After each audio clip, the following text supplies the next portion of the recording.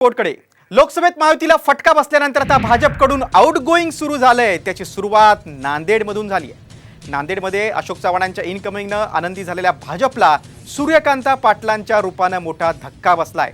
त्यावरचा हा विशेष रिपोर्ट। लोकसभेनंतर भाजपला पहिला धक्का। चव्हाणांना शह देण्यासाठी पाटलांची एंट्री।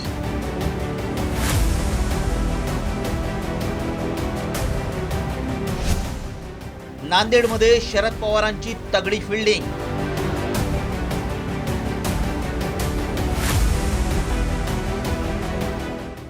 लोकसभेचा निकाल लागला आणि भाजपला पहिला जबर धक्का बसला, तो नांदेडमधून।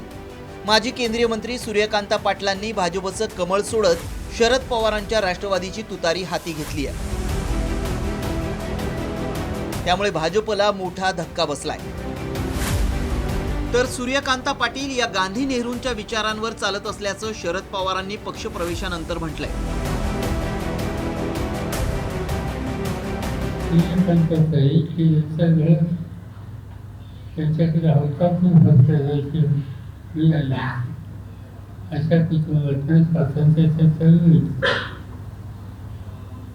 आणि त्यांनी स्वतः सुद्धा नंतरच्या काळात गांधी नेहरूंचाच विचार शिकला।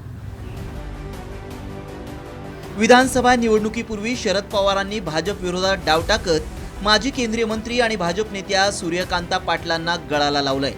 आधी जनसंघ, काँग्रेस आणि राष्ट्रवादी आणि त्यानंतर भाजप असा सूर्यकांता पाटलांचा राजकीय प्रवास।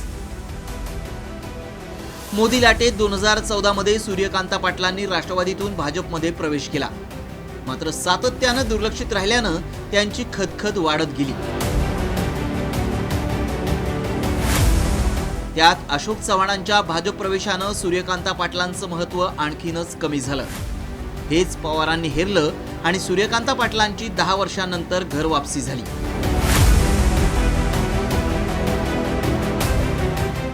एकोणीसशे मध्ये राजीव गांधींनी त्यांची राज्यसभेवर खासदार म्हणून नियुक्ती केली।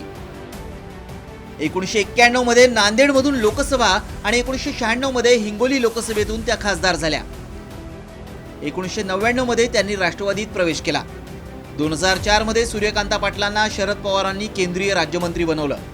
पुढे 2014 मध्ये सूर्यकांता पाटलांनी राष्ट्रवादी सोडून भाजपात प्रवेश केला। सूर्यकांता पाटलांनी शरद पवारांच्या राष्ट्रवादीत प्रवेश केल्यामुळे हातगाव हिमायतनगर विधानसभा मतदारसंघात पवारांच्या राष्ट्रवादीला फायदा होण्याची शक्यता आहे। नांदेड आणि हिंगोली जिल्ह्यातली समीकरणं बदलण्याची चिन्ह आहेत।